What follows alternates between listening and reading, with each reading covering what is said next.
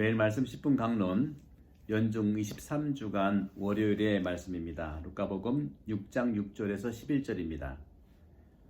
안식일에 예수님께서 회당에 들어가 가르치셨는데 그곳에 오른손이 오그라든 사람이 있었다.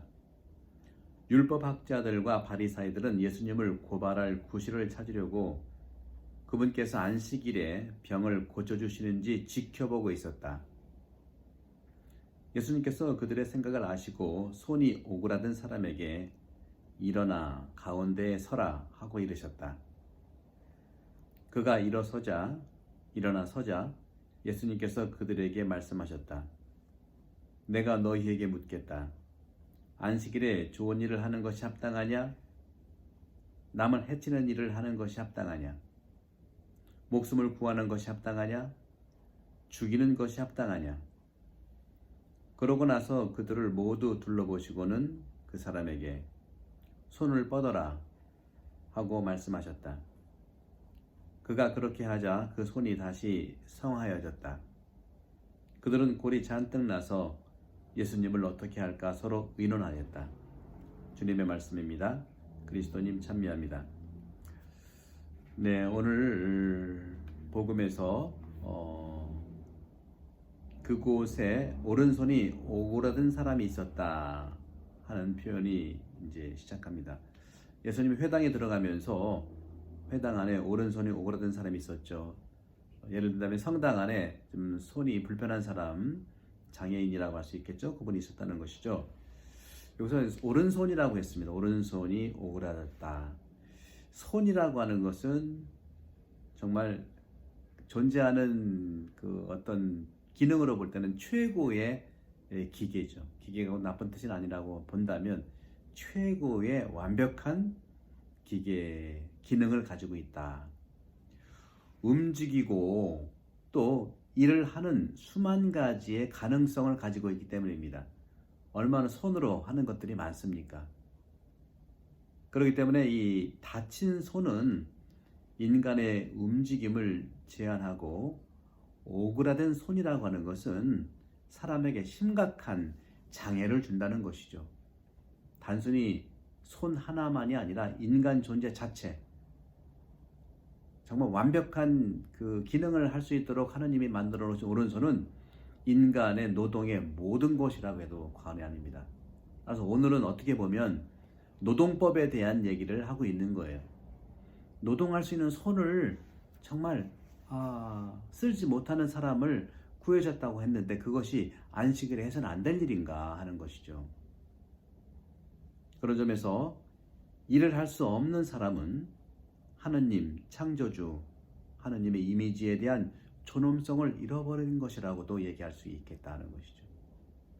그렇기 때문에 예수 그리스도께서는 역사에서 자신이 취하는 이러한 상징적 행동으로서 사람의 손을 치료하시는데 그 이유는 본래의 손을 회복한다는 것이고 이것은 인간을 회복한다는 것이고 이것은 인간 노동뿐만 아니라 인간 인격 존엄성을 회복하는 중대한 하느님의 뜻을 실현하는 구체적인 사랑, 박애입니다. 넓은 사랑을 얘기하는 것이죠. 이처럼 예수님의 봉사에는 예수님이 이루시는 이런 기적의 봉사에는 육체와 정신 이런 모든 어려움으로부터 따돌림으로부터 폭행으로부터 당한 사람들 장애인들은 결코 예수님 봉사 안에서 첫째 자리에 있는 것이다 하는 것이죠. 그렇기 때문에 인간이 규정한 가치로 사람을 판단하고 소외하는 행위를 따르지도 않을 뿐만 아니라 결정하지도 않아야 되는 것, 그런 것도 없는 곳이 바로 하느님 나라 천국입니다. 천국은 인간의 가치로 판단하고 소외하는 것이 아닙니다. 성당은 천국 같은 교회가 되어야 되지 않겠습니까? 아니, 그리스도인들이 이 지구를 그렇게 살고자 노력한다면 충분히 가능하지 않겠습니까? 그렇기 때문에 모든 이들은 이 나라에서 하느님의 나라를 위해 일할 수 있는 분들이고 모든 이에게 그리스도께서는 그 기회를 제공할 것입니다. 어느 손도 오그라지지 않고 충분히 자기의 노동과 가치를 드러낼 수 있도록, 그런 측면에서 이 손은 하느님의 창조 사업을 계속할 수 있는 그런 은총의 선물이라고 볼 수 있겠죠. 다시 말씀드리면 이 말씀의 참 의미 안에서 예수님께서 말씀하신 거 있죠. 그 의미 안에서 인간이 인간답게 살도록 그에게 속한 자리와 지위를 땅 위에서 완벽하게 회복시켜 주시는 것, 회복하도록 찾는 것, 이것이 예수님의 박애정신, 사랑이라고 말씀드리고 싶어요. 그런 점에서 오늘 바리사이들의 시선을 봅시다. 바리사이들은요, 예수께서 안식일에 병을 고쳐주시는지 지켜보고 있었다 하는 표현, 지켜본다는 것, 도와주기 위해서 지켜보는 것이 아니라 고발하기 위해서 지켜보는 겁니다. 이 본래 바리사이들에게 이 안식일은요, 본래 거룩한 거예요. 모든 우리 몸 전체와 같이 이 손이라고 하는 것도 그런 점에서 이런 움직임에 상당히 중요한 기능들을 가지고 있는 것이죠.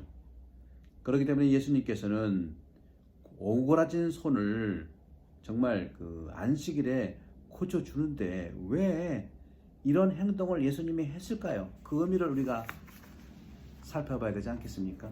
무조건 하면 된다 안 된다가 아니라 왜 예수님이 율법에 있는 안식일의 법을 안 지킨 것인가 과연?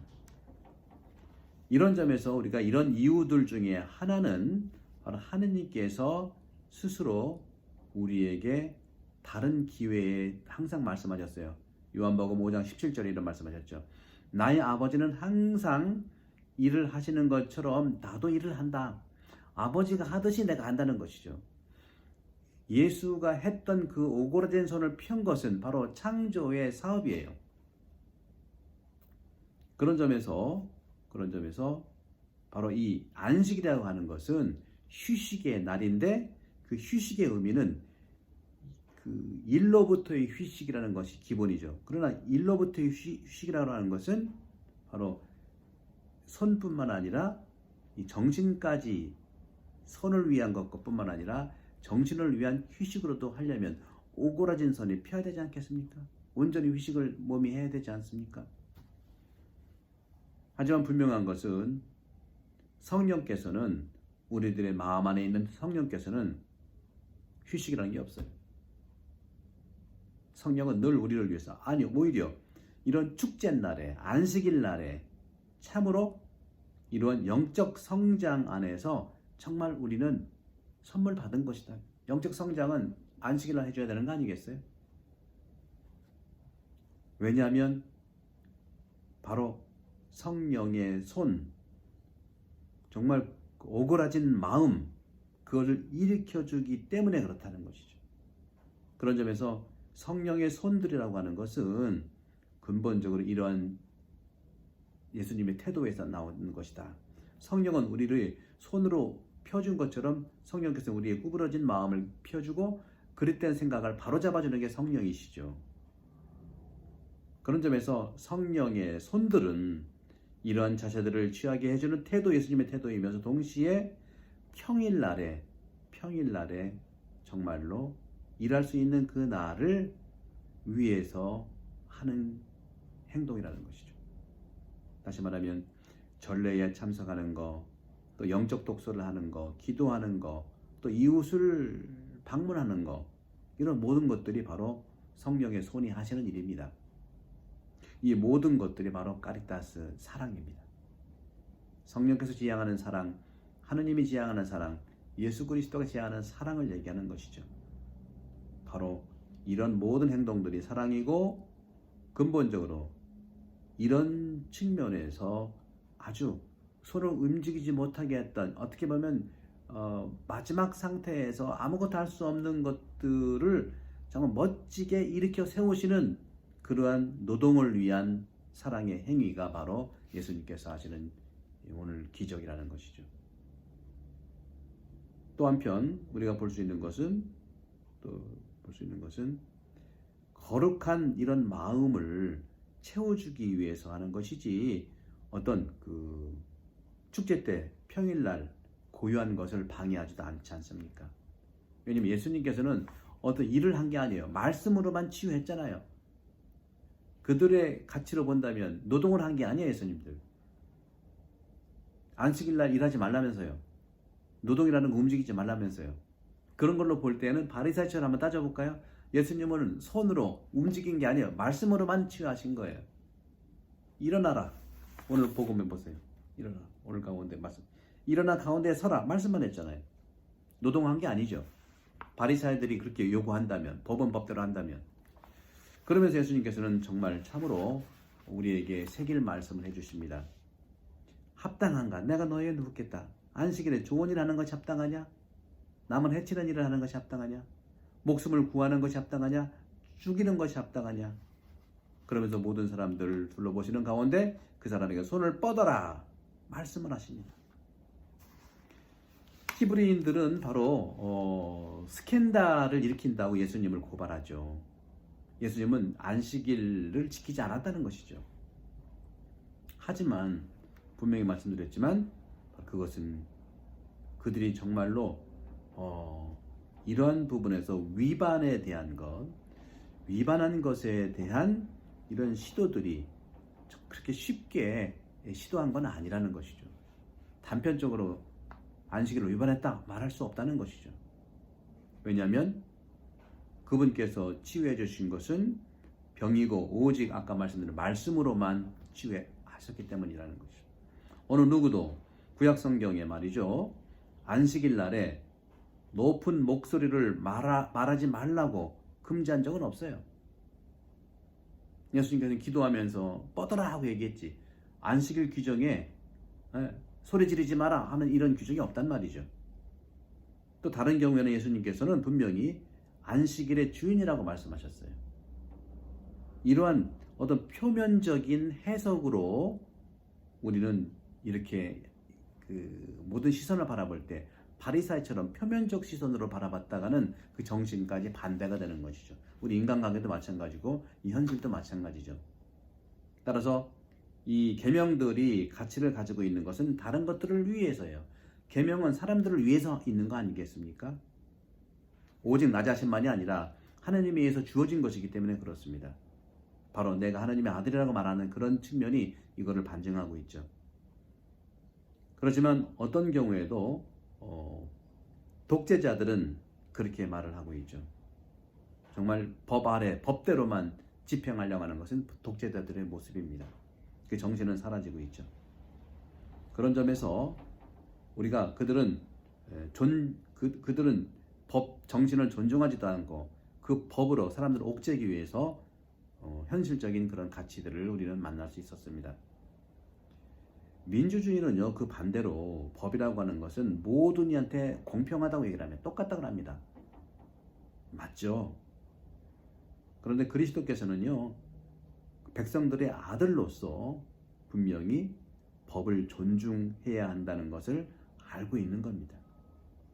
사실 예수님께서는 율법을 없애러 온 것이 아니라 율법을 완성하러 오셨다고 마태복음 5장 17절에 말씀하고 계시죠. 이 위반을 정말 벌을 주고 있는, 우리가 이제 자동차 위반을 해도 벌칙금이 나오잖아요. 그 위반을 해서 벌을 주는 이 경찰들은 그런 점에서 이 법의 정신을 묻지는 않습니다. 그걸 질문하지 않아요. 또 뿐만 아니라 이 판사들도요, 판결들도요, 너무 걱정을 하는 그런 측면에서 이 판결하지 않아요. 다만 그들은 정말 법 이걸 집행했냐 안 했냐 그 필요한 부분이 있죠. 하지만 하느님의 법은 물어야 됩니다. 그것이 선을 위한 행위인지 또 사람을 살리기 위한 행위인지를 이해하고 관찰하고 물어야 되는 것이 예수님의 오늘 복음 말씀의 핵심입니다.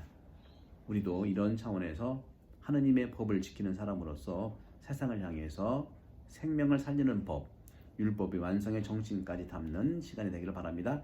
성부와 성자와 성령께서 여러분 모두에 강복합니다. 감사합니다.